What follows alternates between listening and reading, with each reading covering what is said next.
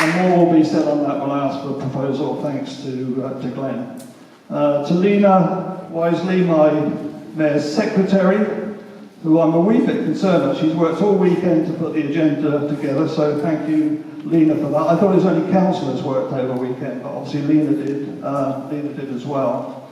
The only thing that concerns me, obviously Lena's job description, part of it is the Henley Cemetery, and I just hope there's no connection with me and the Henley Cemetery.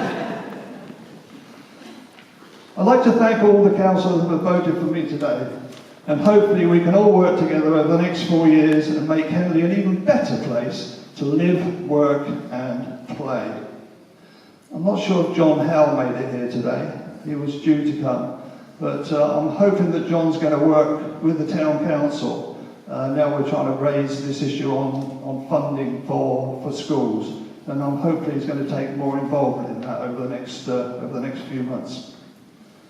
I think my biggest thank you would be to all the Henley heroes, the people that go unnoticed in our town. And over the last couple of months, we've been to 2 unsung Henley heroes award ceremonies, and it's amazing the amount of good people out there. And they just go under the radar. You don't see them, and all of a sudden they appear. The Henley Town Council do a town medal, and these people arrive that you've never heard about. They've been on organisations working away for 40 odd years.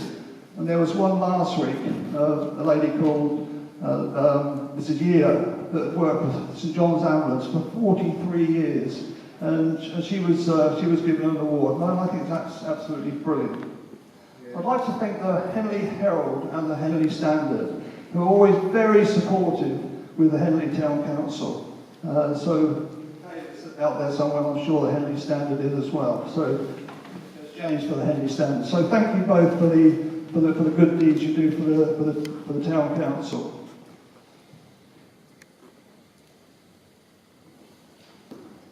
I'll try and be brief, Lena.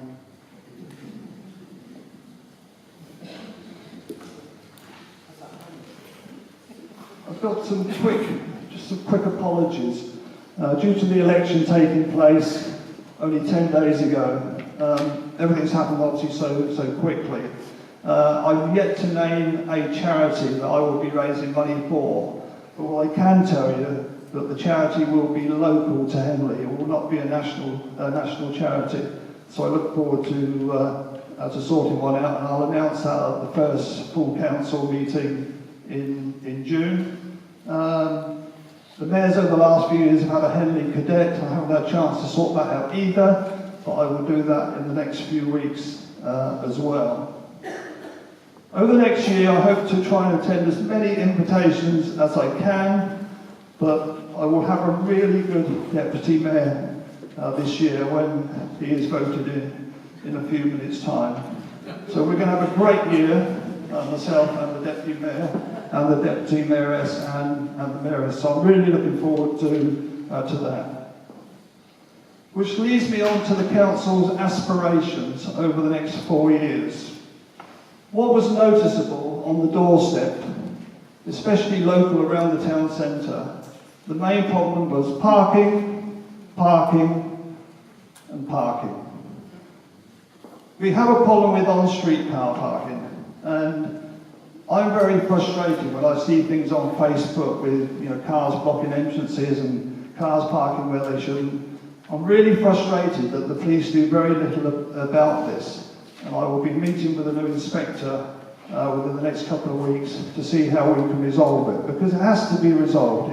In my view, it's totally unacceptable.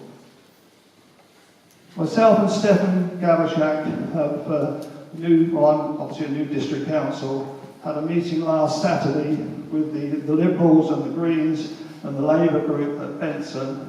And one of the issues that we will put forward is the decriminalisation of parking, where Henley Town Council will in the future take up all the parking for Henley on Thames. So hopefully we will do all the on-street car parking. We already do residence parking, and we do that very well, so there's no reason we can't do the whole of Henley. So hopefully that will all be passed down to us. We have some big green issues taking place at the moment through Council's Transport and Strategy Group, which is run by Councillor Gavashak. We have bids in for £43,000 to SODC, and hopefully now there's three of us there, myself, Stefan and Kelly, we can get some of that money coming this way. We're doing a review of the neighbourhood plan, which is not everybody's cup of tea, but we have to do it. That's been going on for about a year now, and we think that's got another year to go, and hopefully that will all be resolved. So that's something to look forward to. We have a 20-mile-per-hour speed zone coming into the centre of town, which Stefan is working on. We have new zebra crossings taking place. The big question is, do we take the traffic lights out or do we leave them there? But there's a lot of debates to go on there. We need to make closer contact with the business community in the town and listen to their views. And I think if we meet up with the 3FM people that meet at Phyllis Court and have conversations with them, and that can only help the town as well. One of my main priorities is to have the new buildings built in Jubilee Park, which is down by Tesco, for the AFC Henley and the hockey club. And I think that's essential that we move forward on that fairly quickly. So over the next 4 years, we have plenty to do to make Henley, as I said, a much better place than it already is. Hopefully, Lena, that's brief enough. Thank you.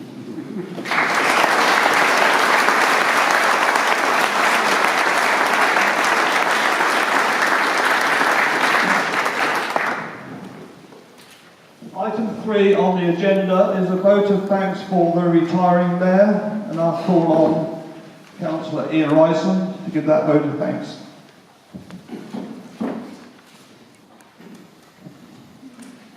Right, thank you, Mr. Mayor.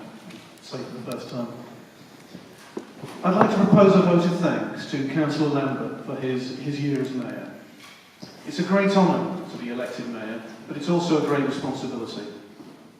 Being mayor gives you few actual powers beyond chairing meetings, but as mayor, you're a symbol and representative of Henley Town Council and the town itself. The community look to you to lead by example, which Glenn has done really well. He's carried out his responsibilities with great diligence and care. Glenn is a careful and thoughtful person, and he's also very reasonable and fair. And he's won respect from all parts of the community and all around the council for his even-handed approach. In contrast to Councillor Arnott's 28 years of experience, Glenn had only been a councillor for a year when he agreed to take on being mayor. And although lacking experience, Glenn is a quick learner and a good listener. He has done a great job. I can't think of any occasion where he's put a foot out of place. He has a number of achievements under his belt. In particular, the re-establishment of Bluebells, which is a respite centre for dementia sufferers. This closed last year due to a loss of funding.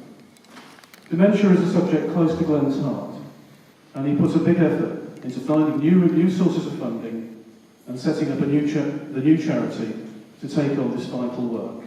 And last month, Bluebells did reopen, and that was particularly well done, Glenn.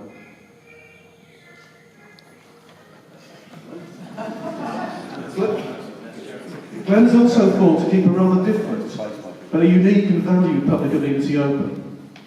Lovibonds is a brewery, bar and performance centre right in the centre of town. And Glenn has given this every kind of support of all kinds and at all times to help Lovibonds keep open. but this remains a battle to be won, and Glenn's on the case. Like all residents, Glenn is aware of the difficulties facing our schools and their funding. And recognising this, his charity has been supporting Gillis Learning Centre supports Gateway and Lodge. And he's also supporting the schools campaign, which is being led by Councillor Thomas. And that petition is something that you can all sign. If you support the restoration of the schools funding, please support and sign that petition this week. It closes at the end of the week. But most of all, being mayor involves working behind the scenes and meeting groups and people and thanking them for the work they do and finding ways to provide the support they need. And every full council, we have a long list of the mayor's engagements to note on the agenda.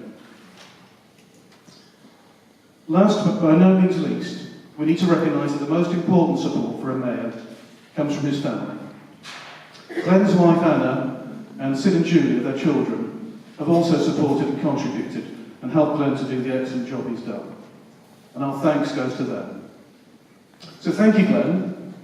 You've covered all these different aspects of being mayor with great dignity and conscientiousness. This council and the whole town is grateful for your excellent year as mayor, and I'm delighted to propose this vote of thanks.